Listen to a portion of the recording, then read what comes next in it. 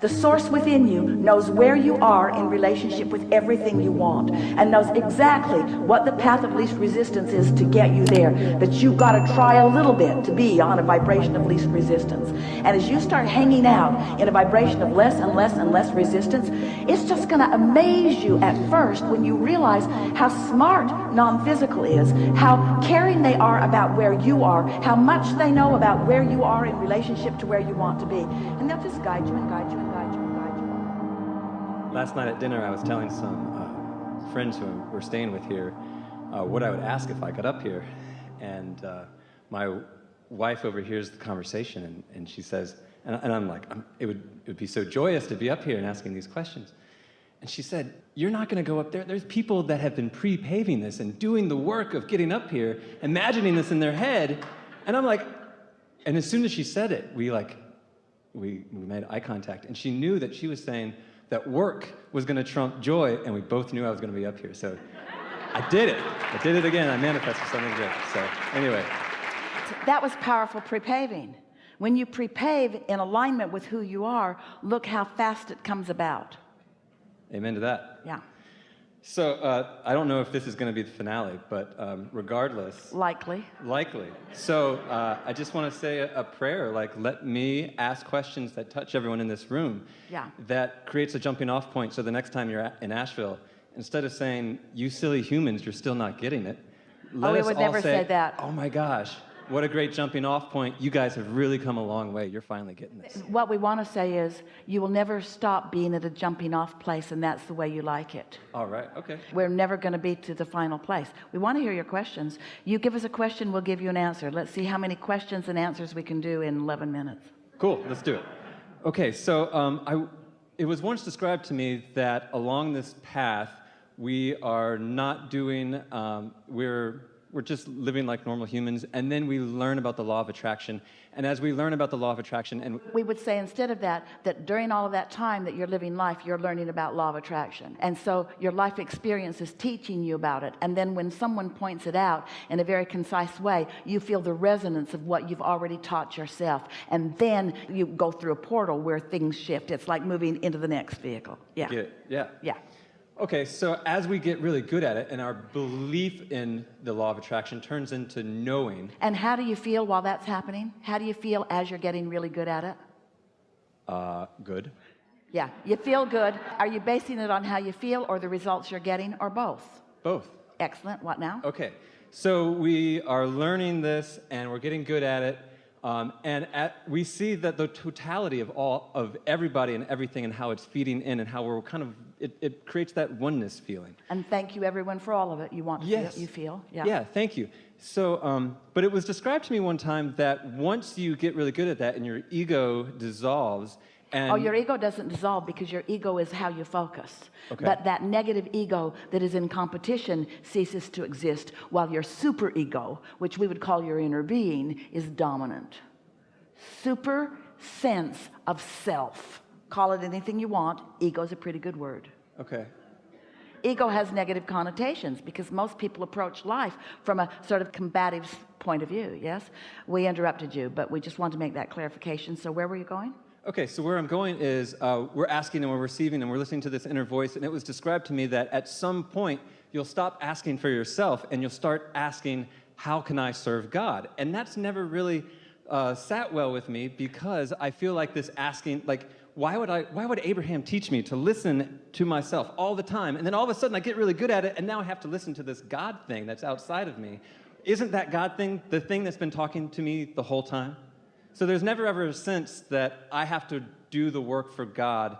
As long as I'm listening, then I'm doing that, and right? in the moment you try to do that, you separate yourself from the very thing you've been trying to find all along. That's why we've been teasing you a little bit, saying that humans have serviceitis. Servitude-itis. And by that what we mean is you sort of are missing the point. You are God. You are. I love it. You are. I love it. Cool. And someone who was a very good ambassador from your point of view of God, which is Jesus, understood that if you sat before him dripping your illness, he didn't see your illness. Instead, he knew your wellness. He saw you in your God form, not in your human form where you were slightly disconnected from it. And so when you're tuned into that, that is when you do your greatest service. We're not trying to talk you out of service. It feels wonderful to be of value to others. We just want you to plug your vacuum in before you try to vacuum the floor. If you're not plugged in to the source energy, then you have nothing to give. So you can't serve without knowing who you are. Amen. Awesome. My next question is about time. I feel like you have never negated the fact that we're experiencing time in a linear way. Oh, you are in a time-space reality because it helps you to focus. And most important, because in your awareness of your time and space, you can feel the satisfaction of your motion forward. Without that perspective, it would not be as rich. Okay, so those things happen and I can change my perception of it. So something may happen, instead of getting preoccupied with this thing in the past, I shoot off my rocket of desire and my experience of that thing in the past can change. It does. Right? Right, so that's what I've... Because wherever you're looking, your perception is dominant. And so if you are in alignment and you are looking into a past experience, your perception sees it through the lens of source. We've teased with you a little bit and said, and so in your connected now, you change your past. Today, we've taken an even more evolved for your advantage stance in that we say to you, the difference between humans and their inner being is that your inner being doesn't look back. Your inner being is always looking forward. But humans who can't help but look back, we're just asking you, since you're going to look back, you're probably going to look back from your now perspective of connection. Don't look back from your place of not liking where you are and trying to justify or explain why you got in this place you don't want to be. That's not productive at all. That holds you where you don't want to be. Okay, so I was told a story about time, and I'm trying to figure out if this works in the way that it was described. Okay, so real quickly, the story is somebody was skiing down a hill in some mountain, and they were by themselves, and they were off on their own. They shouldn't have been there alone. They hurt their leg, and they're sitting there, and they're like, oh my God, I'm in so much pain. I'm not gonna be able to get down the mountain. I'm gonna die up here or something. So they look over across the way, and 100 yards away, there's like this little shed. So they crawl over there, and they get into the shed, and they're sitting in the shed, and they're praying, like, God, let me out of this situation, like, give me help, whatever. He opens his eyes and he sees this box, right? And in this box is like some sort of prosthetic limb or some contraption that gets him down the mountain. And it's in the paper the next day or something, and some guy comes forward and he says, I was the guy that a year ago was tasked with cleaning out that shed, and I picked up that box. That was the last thing I had to pull out, and I got this overwhelming feeling, don't take the box. And so I put the box down, and here it came around, and it saved this guy's life or something. So my question is, if we are in this time-space reality, can I pray now for something to change, for my experience of something to change, this rocket of desire, yes, and have an effect on someone in the past? Yes. Let us explain it to you in an easier way to get your thoughts around. So if you start with the premise that every thought that's ever been thought still exists, and you realize that even before you got here into this body, you were launching rockets of desires. In other words, you were pre-paving even before you got here and knowing about your well-being. What this conversation is taking us to is a conversation that we had earlier about the immense number of intentions and beliefs and desires that this atmosphere is rich with. It's what we mean when we say to Esther, it's child's play. In other words, that story that you described is child's play in relationship to the things that are possible. Because in your desire for well-being, you've put things into the vortex that are underway, and their ability to be translated into realness is only about your ability to perceive them. Because you're slow at doing that, you have a distorted view of reality.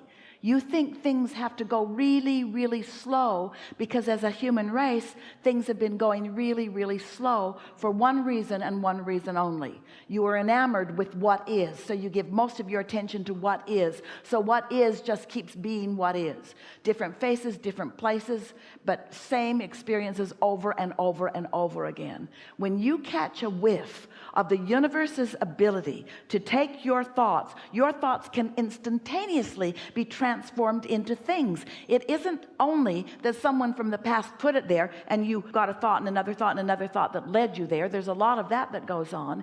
It is that things can shift in the moment based upon your ability to believe what you are desiring.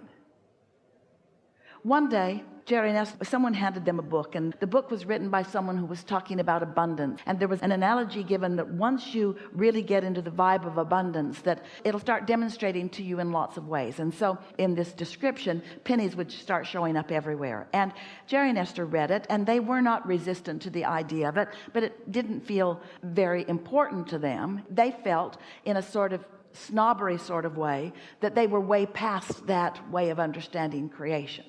They weren't looking to create pennies, but the story captivated their interest just the same. And then the number of pennies that started showing up in their experience became ridiculous. It was like a raining of pennies around them. They were finding 20 and 30 pennies a day in places where they shouldn't have been, where they'd never been before. Esther was actually thinking for a while that Jerry was playing tricks on her, and he was thinking the same of her. In other words, so many weird things with the pennies because they'd activated in their vibration, and the universe was demonstrating that anything that's active in your vibration can come into your reality if you are amenable to allowing it to be. Well, they're amenable to allowing the universe to create in their experience in any way that they are giving their thoughts, provided it's something wanted. And so they were wide open vessels for the universe to play with joyfully in that way. So this went on for several days, and they're getting on an airplane, and they got onto the airplane, and they're sitting in the bulkhead. They're buckled in. Everything that they own is up overhead because they are on the bulkhead, and they're sitting there. And as the plane is lifting into the air, Esther looked down and she said to Jerry, "You've got to see this. 2 pennies were standing on their edges." Nothing happens outside the physics characteristics of where you are, because there are laws that rule all things, but there are possibilities within those laws that humans do not allow. So the inertia of the plane, the vibration of the plane in that moment, the weight of the pennies in that moment, and the intentionality of Jerry and Esther to see remarkable things with pennies. They were no longer blah, blah, blah, ho hum about pennies. These pennies had demonstrated something that they thought to be before then an impossible feat. Esther said, "I'm so glad we are together because no one would have believed me." And Jerry said, "No one but me will ever believe you anyway." And Esther said, "Well, it's enough that you were here." All things are possible. If this time-space reality has the wherewithal to inspire within you a desire, if the desire can be born out of this, then the full manifestation of the desire can be born out of this also. If you can dream it, it has to be a reality. We've enjoyed this interaction more than these words can explain, but the life experience that will unfold for you will demonstrate for you the shifting that has vibrationally taken place within you. In other words, you are a different vibrational being at a different vibrational place, and because of your willingness to play with us for all of these hours, your vibrational set point is shifted enough that you will notice the difference. And this is what we ask of you. We ask you to notice the difference and to make the conscious correlation between the shift that took place within you emotionally. You feel better, we know you do, and what comes next, you see. And watch, those pennies will stand on their heads for you. The entire universe will stand on its head for you. You are meant to be pleased. You are meant to be understood. You are adored, and you have our undivided attention, and you have our full consideration. And when you think about what consideration really means, it means considering all of the options, all of the pieces, all of the possibilities, and then focusing on those considerations that your life has caused you to put into your vortex. These are good times, and there is great love here for you. And for now, we remain eternally incomplete.